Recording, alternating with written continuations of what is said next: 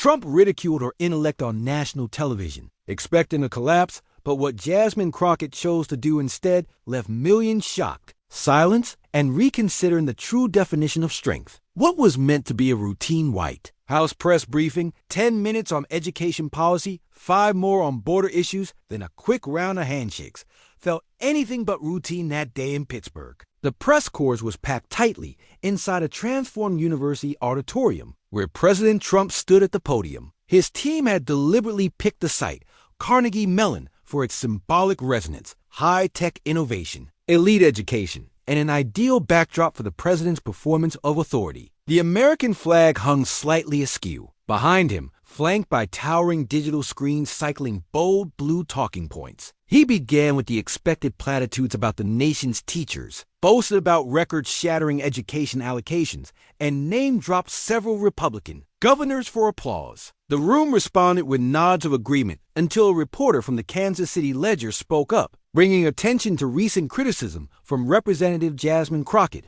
The reporter asked if the new education budget disproportionately advantaged private institutions while leaving underfunded public districts behind. Trump didn't like that line of inquiry. He narrowed his eyes at the reporter, then offered a familiar sneer. "Oh, Jasmine Crockett," he announced, glancing around as if searching for agreement. "Yeah, I've heard of her. Very low IQ. Not someone worth taking seriously." The words drew a sharp breath from the front row and a few awkward chuckles. From the back, the president smirked, brushing imaginary dust from his jacket, and waved the remark away as if it were an insignificant quip from a comedian's set. But the effect was immediate. A cameraman raised his gaze from the viewfinder. An Oregon Daily correspondent quickly began typing furiously on her phone. In under a minute, the comment was splashed across Twitter. Hashtags circulated instantly. Screenshots circulated like wildfire. And a clip edited by a press pool staffer accumulated over 4 million views before the briefing had even concluded. Reporters exchanged looks, some mouthing to one another, "Did he really just say that?" Another announced aloud, "She's going to respond." What compounded the sting wasn't just the insult itself, but its target and its timing. Jasmine Crockett wasn't only a sitting congresswoman from Texas. She was a black woman,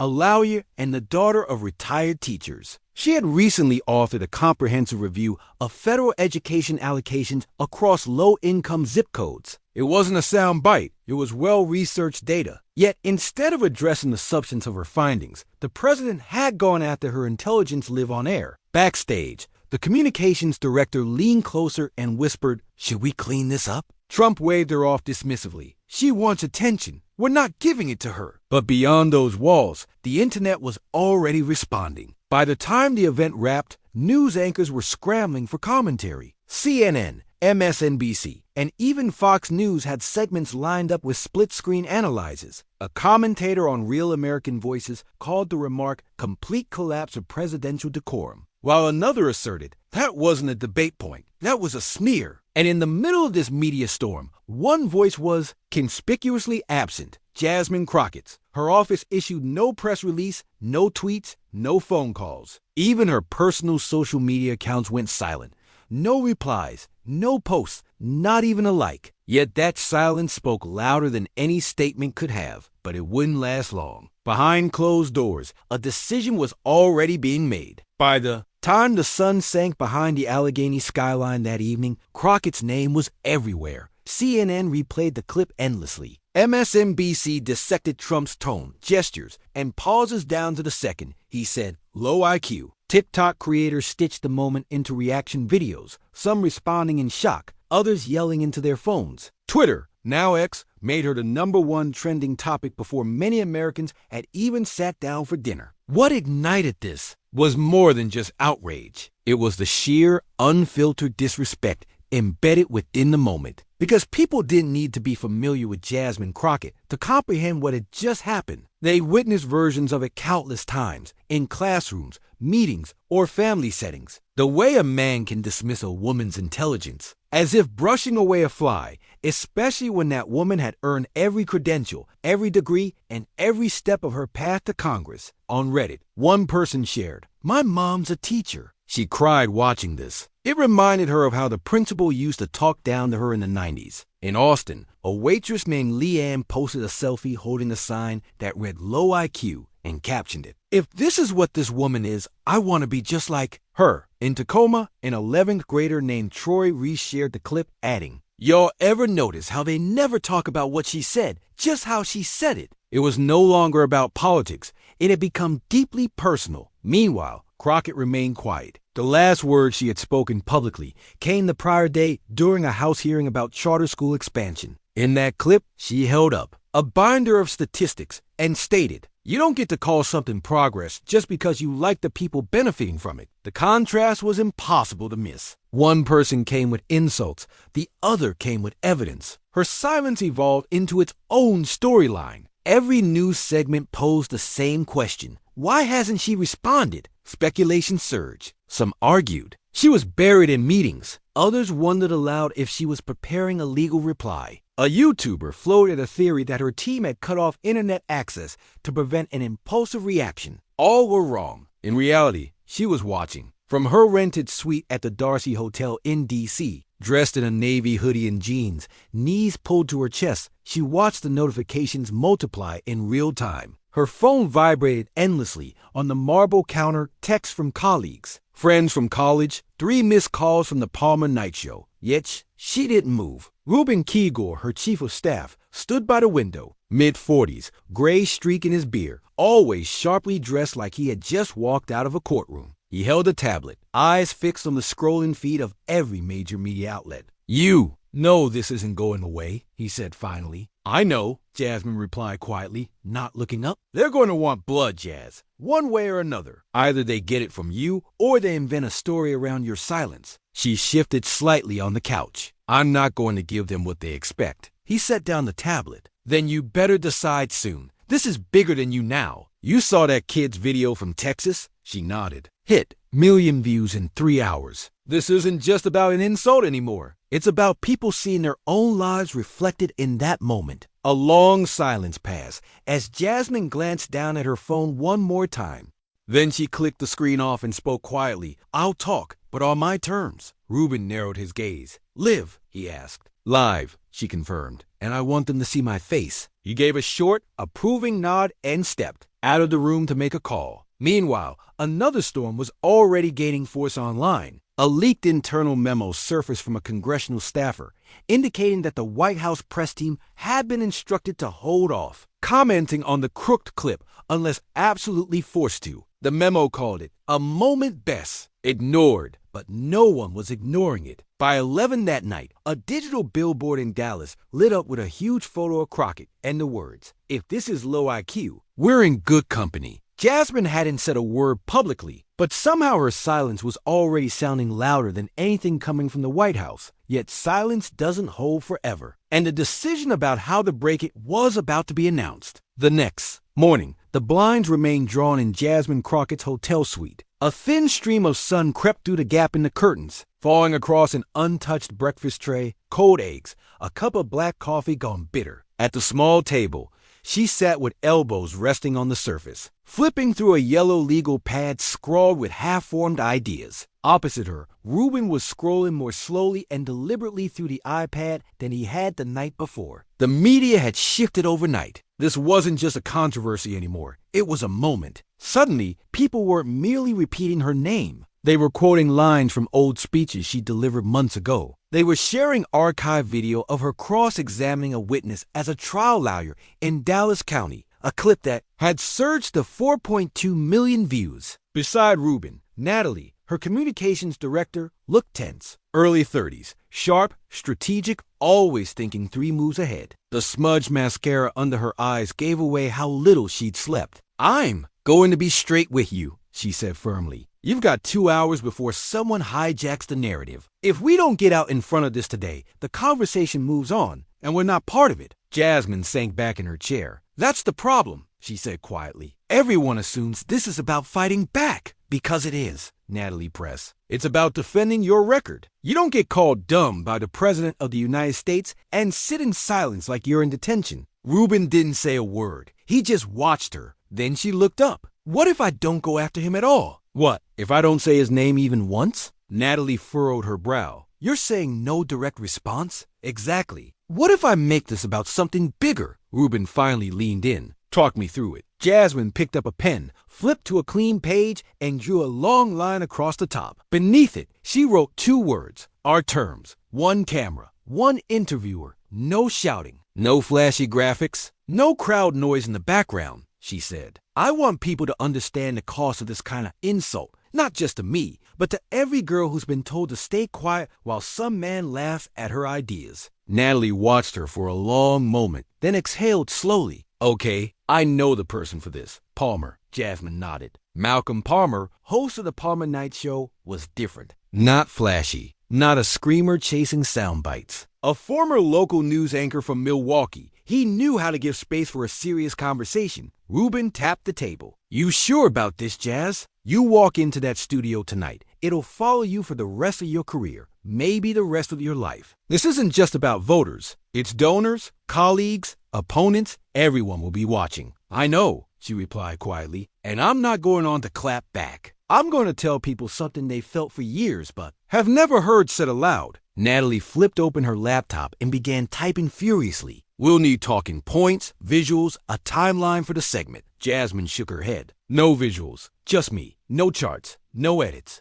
Just a conversation. One woman talking, like any other woman watching from her kitchen table. The room went quiet for a beat. Natalie sighed but didn't protest. This was the tone she knew well. Jasmine wasn't inviting feedback. She was making a call. Then Ruben's phone buzzed. He picked it up, nodded twice, and ended the call. Palmer says yes. Prime slot tonight. That changed everything. Fewer than 12 hours remained until the biggest moment of her career, perhaps of her life. Natalie rose, already issuing orders. We'll need a makeup artist here by 4. Call your stylist, brief Palmer's producer, and get security doubled. You've got serious heat coming in. Jasmine stood and walked to the window, pulling the curtain wide open. The city outside was alive, cars, people, kids on bikes. A world that didn't pause just because her name was trending across every screen in America. She turned to them both. Let's get to work. But as the hours counted down, she knew one thing for certain. When the camera switched on tonight, there will be no going back. The leak didn't come from Jasmine's team. It came from a junior producer at the Palmer Night Show who was too shocked by requests to stay quiet. By noon, whispers circulated like wildfire. Jasmine Crockett, live tonight. No pre-taping. No pre-vetted questions. Not even a teaser clip-on. Social media. The confirmation came quietly from Palmer's executive producer to network affiliates. She's doing it her way. Within 20 minutes, the news surged like spilled ink across newsrooms nationwide. At CNN headquarters in Atlanta, editors halted a segment mid-production and reshuffled the evening lineup. At NBC, the social media team quickly mocked up 4 thumbnail designs for post-show clips. Meanwhile, on Capitol Hill, press secretaries from both parties worked frantically to draft statements, some ready for damage control, others sharp and wary. Inside the Palmer Night Show studio in Philadelphia, the atmosphere felt charged but focused. Palmer himself was in his office, surrounded by a stack of her old speeches, marked up articles, and a faded newspaper photo of a younger Crockett. From her law school days in Texas, he picked up the picture, studied it for a moment, then set it down and spoke quietly to his assistant. No fluff, no softballs, just real questions. Let her carry the weight. Back at the Darcy Hotel in D.C., the room was a whirlwind of activity. Natalie paced with a phone pressed to her ear. Makeup at 3. No contouring. She wants to look like herself. Yes, I'm serious. Jasmine sat on the edge of the bed in a slate gray pantsuit,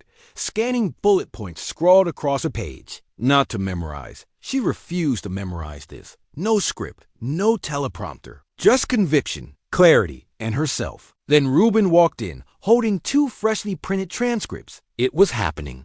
Ruben offered her 2 folders, one containing a transcript from Trump's press conference, the other a copy of her own House floor speech from 6 months prior. Last chance to arm yourself, he said. She didn't even glance down. I'm not going to war. I'm just telling the truth. He smirked faintly. That's what I'd say if I were going to war. Jasmine rose, adjusted the lapel of her blazer, and met her own gaze in the mirror. The reflection that met her was tired, not exhausted, but weathered. The look of someone who had carried a 1,000-pound load quietly for far too long. Natalie glanced over. You ready? A pause, a breath, a slight nod. Let's go show them what it means to fight, without shouting. The ride to the studio was quiet. No music, no talking. Just the hum of tires on wet asphalt and the sound of raindrops starting to tap the windows. When they arrived, the car pulled up to the side entrance, and 2 security guards opened the doors. Jasmine stepped out and was met by a young intern, holding a bottle of water, voice shaking slightly. We're honored to have you tonight. Jasmine smiled softly. Thank you. I'm just here to talk. Inside the green room, Palmer's producer gave a brief rundown. No delays, no pre-taped questions. The camera would be rolling the moment she walked in, and the first question would be simple: where's your headed tonight? That wasn't enough. For the next 15 minutes, she sat alone on the couch, hands folded, eyes closed, not praying, not meditating, just breathing, preparing. Meanwhile, across the country,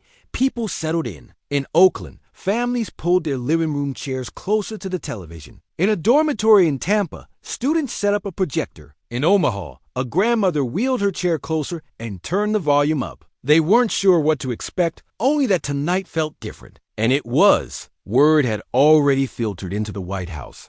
During a closed-door briefing, Trump's communications director glanced down at a text that read, "She's going on Palmer tonight, live." Trump replied with a single word: irrelevant. But within the West Wing, staff weren't so sure. They scrambled to draft a holding statement just in case. Fox News contributors were quietly prepped for rapid responses if the narrative shifted sharply. Everyone was watching, but no one knew what she was about to say. In the studio, the countdown began. The room felt stripped down bare, not just because the air conditioning humming overhead, but because the space itself was intentionally minimal. No flashy sets, no skyline backdrop. Just one curved table, 2 chairs, and a muted backdrop bathed in soft gold light. A crew member waved. "We're living 6. Jasmine nodded and rose, making her way to the set. Palmer was already seated, looking down at a page of handwritten notes. No smile, no small talk. Just a quiet focus that matched her own. As she sank into the chair across from him, her heart didn't race like it might have during a campaign debate or a congressional hearing. Instead, it felt calm, almost stubborn, a pulse rooted deep in conviction. Backstage, Ruben and Natalie stood shoulder to shoulder, watching the monitor. Natalie crossed her arms, holding her breath. Ruben rubbed his temple once, then stopped. Himself. Whatever was about to happen, this was no longer in their hands. In the control room, the countdown began. 5, 4, 3. No theme music, no flashy graphics. Just a slow fade in, and Palmer's voice. "We're here tonight with Congresswoman Jasmine Crockett. No formal introduction needed. Let's get to it. Jasmine, where's your headed tonight?" For a moment, she didn't speak. Then she looked past him, into the camera, into the living rooms and dorm rooms and hospital break rooms and neighborhood bars where people watched in silence. "I'm tired," she said. Not tired because she felt defeated. Not tired because she couldn't carry the weight. "I'm tired because I spent most of my adult life being told I didn't belong in rooms I had every right to walk into." Palmer didn't interrupt. "When you're a woman like me, black, outspoken, unapologetically sharp, people don't attack your ideas. They attack your worth. They attack your right to speak. They don't debate your policies. They diminish your voice." A tight camera angle captured her face, composed, resolved. "I didn't come here tonight to defend my intelligence. I came here to tell people why I ran for office. My father was a science teacher in Waxahachie, Texas. My mother taught 3rd grade for 31 years. They couldn't afford private school, so they poured every ounce of themselves into public classrooms where the ceiling leaked and the supplies ran out by March. They didn't ask for accolades. They asked for resources. And this week, when I asked why public schools keep getting table scraps while elite institutions get tax breaks,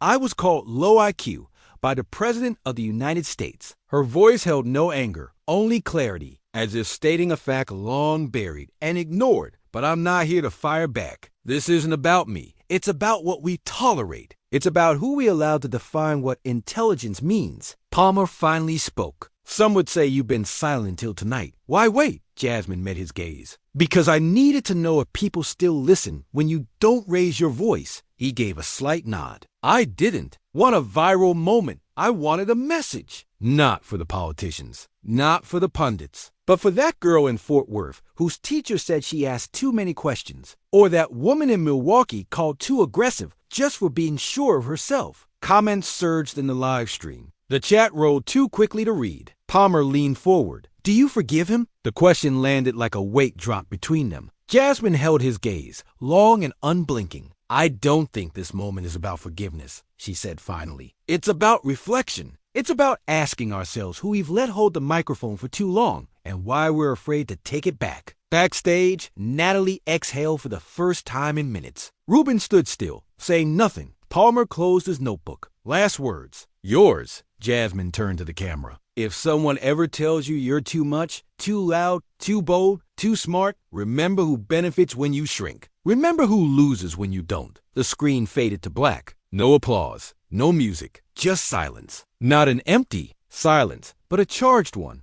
A silence that felt like it was about to reverberate across the nation. By the time the broadcast ended, people weren't going to bed. They were calling each other. Parents stopping by their sleeping kids' doorways, pausing just a moment longer. Bartenders brushing peanut shells off the floor while the television still glowed overhead. In a tiny studio apartment outside Tallahassee, a nursing student sat on the edge of her bed and spoke aloud to no one. Not a shout, not a whisper. Something just changed tonight.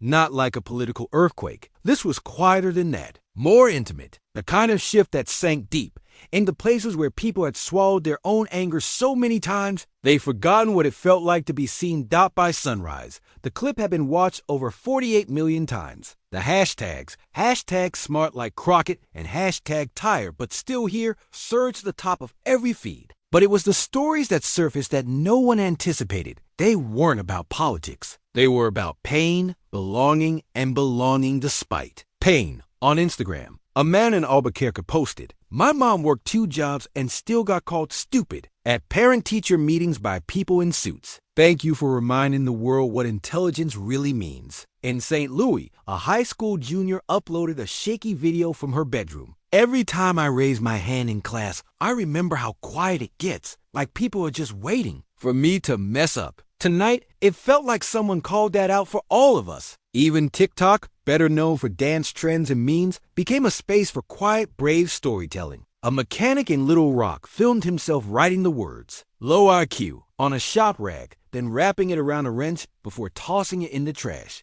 "Been hearing that my whole life," he said quietly. Not anymore. Palmer's network couldn't keep up. Their servers lagged from traffic. The full interview had to be re-uploaded twice. Other networks began replaying it hourly. Even shows that had never booked Crockett before suddenly wanted her. Everyone, it seemed, wanted to be associated with that quiet flame, that refusal to bow down. And that strength that came from knowing silence can be its own weapon. But the most telling scene came from a place no one expected. At a diner just outside Boise, a man in a red Trump 2024 cap sat eating breakfast with his teenage daughter. The clip came on the TV above the counter. He watched quietly as Crockett spoke. His daughter, maybe 13 or 14, looked up at him and said, "She's kind of right, though." He didn't answer. He didn't change the channel. He just sipped his coffee and nodded elsewhere. The ripple kept spreading. A teachers' union issued a rare bipartisan statement. No matter your politics, respect is not negotiable, especially when it's about those who educate our children. Celebrities started chiming in, too. A well-known actress tweeted, "If that's low IQ, I want a brain like hers." A retired NBA star posted a clip of the interview with a caption that read, "That's not shade, that's sunlight." And still, the one person who hadn't commented was Jasmine herself. That morning, she stayed off Twitter. No press statement, no victory lap, no thanks for the outpouring of support. Instead, she sat cross-legged on the floor of her hotel, sweet, reading a letter her father had written to her the day she passed the bar. In crisp, sloped handwriting, it said, "You don't have to shout to be strong. Just stand still and let the room adjust to your truth." She folded the letter, placed it gently in her bag, and stood. The calls came in waves. Requests for interviews, invites to speak,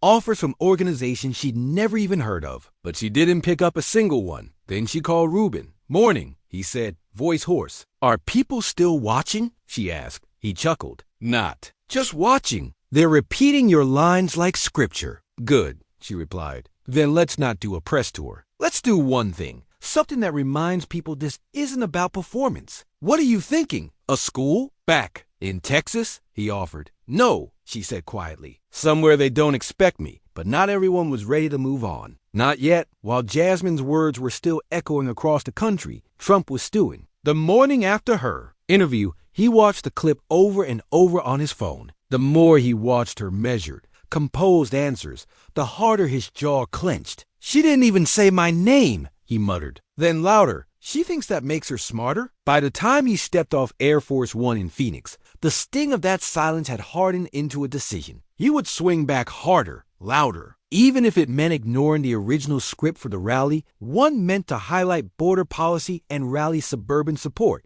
But as he stood on that stage, surrounded by flags, chants, and blaring music, something felt different. The venue was packed, the air was electric, and yet an edge had seeped in. Not the usual anger, not the adrenaline that came from rallying the base. This felt like hesitation. The crowd had watched the clip too, even if many wouldn't admit it. Some had felt that quiet shift, that rare, unshakable thing called respect. Trump smiled, leaning into the podium. "So I heard about Jasmine Crockett's little TV moment last night," he drawled. "She went on that fancy show and didn't mention my name. Didn't have the guts, huh? Because she knows she can't handle me." A few cheers. Polite applause. Not the roar he was used to. Low IQ, sorry. But it's true. You don't get to whine about school budgets and call it intelligence. The laugh lines came, but thinner this time. Not as loud. Dottie kept going, pacing the stage. "They say she's smart because she stayed calm." Well, guess what? I don't need calm. I need people who get things done, not people who cry when they're criticized. But the more he spoke, the more the room felt disconnected. The faithful waved their signs,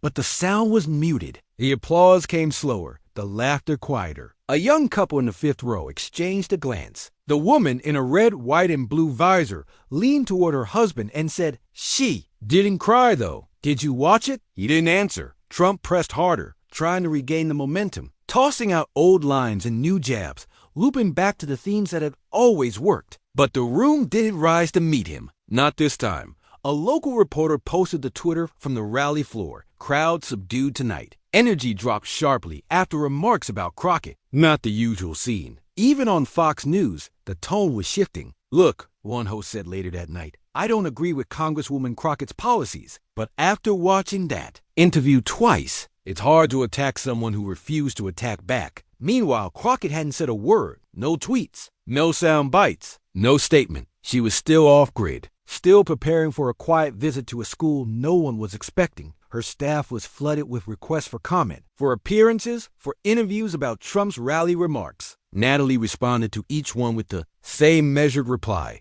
The message didn't need saying. Not anymore. In Phoenix, Trump went off script. He mocked the media, waved at the cameras, tried looping back to old slogans. But the moment had passed. The sound of the room had changed. It was quieter now, and somehow that silence felt louder than any chant ever could. Something had shifted. Not with a crash, not with a bang, but with a whisper that refused to fade. But the damage was done. That night, the headlines weren't about Trump's rally. They were about how it fell flat. The sting of his insult landed like a tired joke at the tail end of a long speech. And for the first time in a long while, he wasn't the one driving the story. Inside the Crockett team's temporary HQ, Rubin sat at a small folding table, laptop open, watching the rally's live feed on mute. Natalie walked in, holding 2 cups of coffee. "He go after her?" she asked. "Of course," Rubin said, brushing a hand over the trackpad. Tried to flip the narrative. She sank down across from him. "Did it work?" Rubin clicked pause and shook his head. "Not even close. They didn't high-five. They didn't cheer. Not like before." Because this wasn't about winning the moment anymore. It was about holding the tone, and Jasmine held it. She refused to be pulled into the chaos. But as Trump's words started to dissolve in the background, Jasmine was already looking forward to what came next. And this time, she wasn't stepping into a studio. She was stepping into a school. 2 days after the Palmer interview, Jasmine Crockett stood at the doors of Franklin Middle School in Dayton, Ohio. No news cameras, no podium, no polished press staff whispering cues in her ear. Just a soft morning breeze, a group of students in crisp blue polos,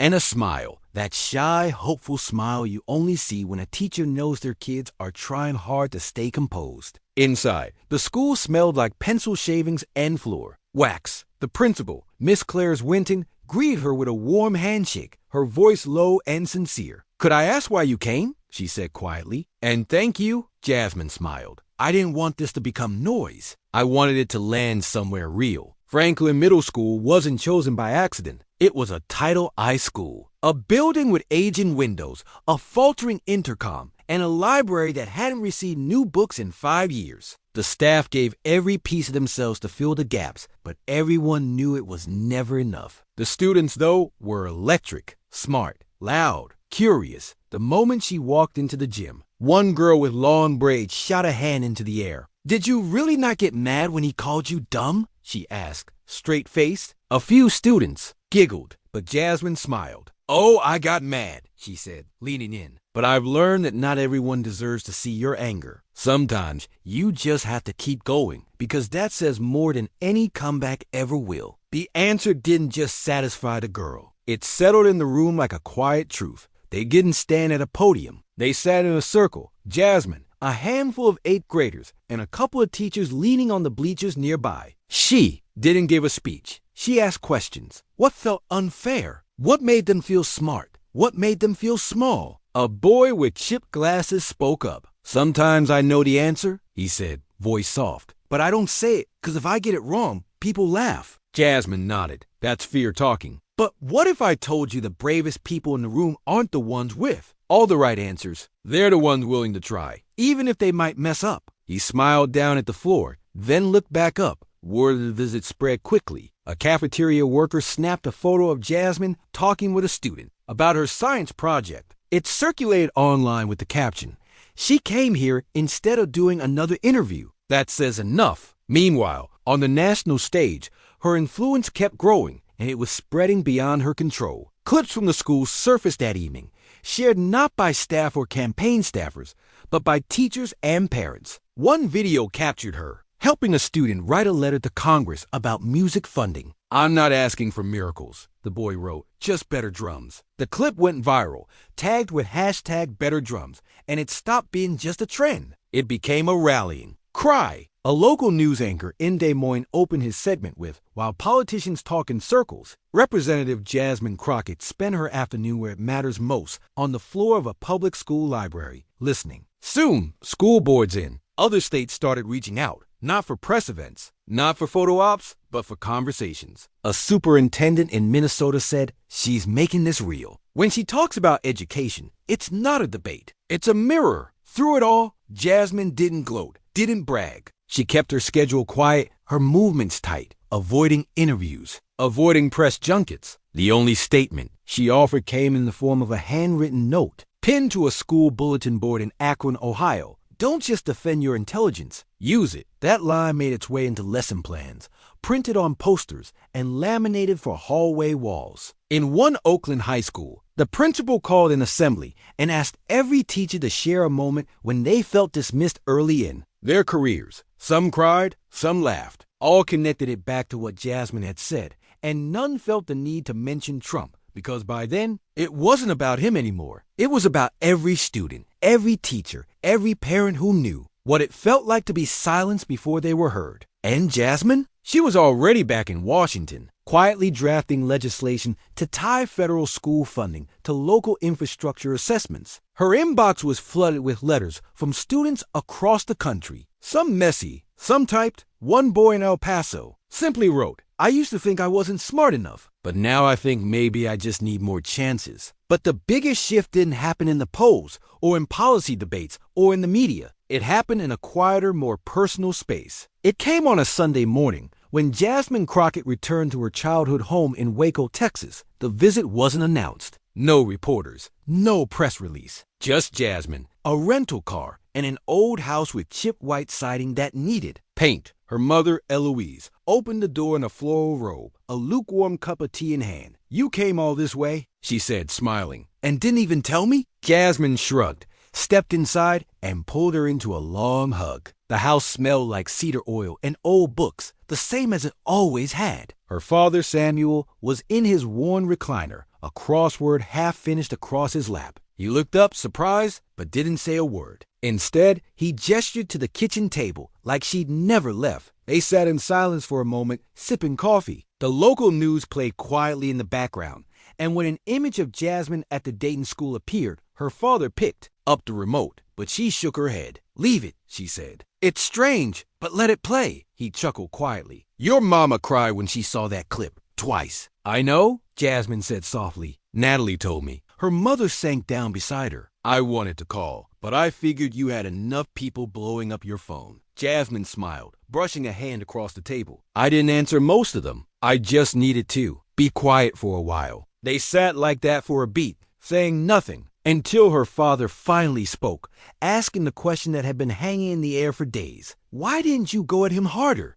Jasmine looked up, voice soft but firm. Because that would have made it about him, and I'm tired of everything being about him. Her father nodded slowly. People think if you're calm, you're weak. I know, she said, but I didn't want to match his energy. I wanted to change the room. The words settled between them. Eloise reached out, resting her hand on her daughter's. You did. They talked for hours after that, about nothing and everything. The leaky kitchen faucet, the new high school principal, the fifth grade teacher who still sent Christmas cards every year. Then quietly, her mother asked, Do you understand what this really meant, baby? Jasmine glanced up. It wasn't about proving you're smart, Eloise said softly. It was about reminding people they don't have to win every battle by swinging. Sometimes the strongest move is not raising your voice at all. Outside, a boy on a red scooter spotted her through the window. He hit the brakes, did a double take, then yelled down the block, Yo, that's her. That's the lady from TV. Jasmine laughed. Guess I'm famous in my own neighborhood now. You always were, her father replied, smiling. Back in D.C., her office felt quieter than usual the following week. No buzz, no urgency. Just a stack of letters, some typed, some handwritten, many from people she didn't know. One envelope stood out, postmarked from Jackson, Mississippi. Inside was a sheet of notebook paper, scrawled in a child's handwriting. Dear Miss Jasmine, I saw you on TV. My mom said you was brave. I want to be brave too. Love, Kyrie. She pinned the letter to her bulletin board and stood there for a moment, staring at it. This wasn't a campaign boost.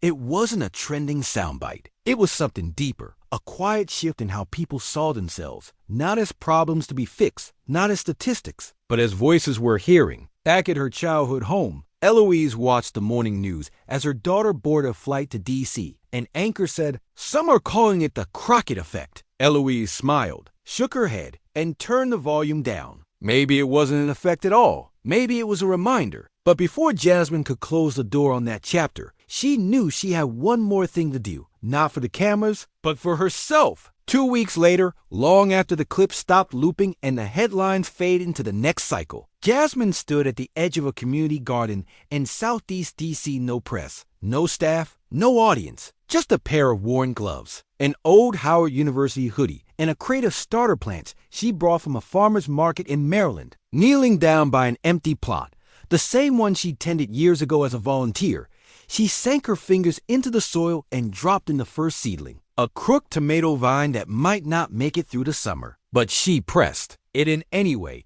brushing the earth around its base like it mattered. Because it did. Behind her, the gate creaked. You're not very stealthy, she said, not looking up. Reuben stepped closer, setting down a water jug. Figured if you were hiding, you'd be here. I'm not hiding, she said. I'm grounding myself, he smiled. Good choice. Though DC dirt is a little rude. They worked quietly for a while. She planted, he watered, until he asked, You feel different now? She sat back on her heels. Not really, but people treat me like I am, and that's heavier than I expected. He nodded. You gave folks something they didn't know they needed. They're still trying to understand it. Jasmine gazed out at the rows of half-grown greens and bare patches of earth. I didn't want to be a symbol. I just wanted to speak like someone who's been ignored before. Reuben pulled a folded piece of paper from his pocket and handed it to her. Another letter? She asked. Teacher in Flint, he said, played your interview for his class. Asked the students what intelligence means to them. 1. Kid wrote, It means being kind when you don't have to be. Jasmine smiled softly, tucking the note into her jacket. That kid gets it? What happened that night on the Palmer Night Show wasn't some spontaneous victory. It was the result of years of being silenced, mislabeled, called too loud, too emotional, too much, and still choosing to stand tall. Not to scream, not to shrink, not to clap back with sound bites, but to stay rooted,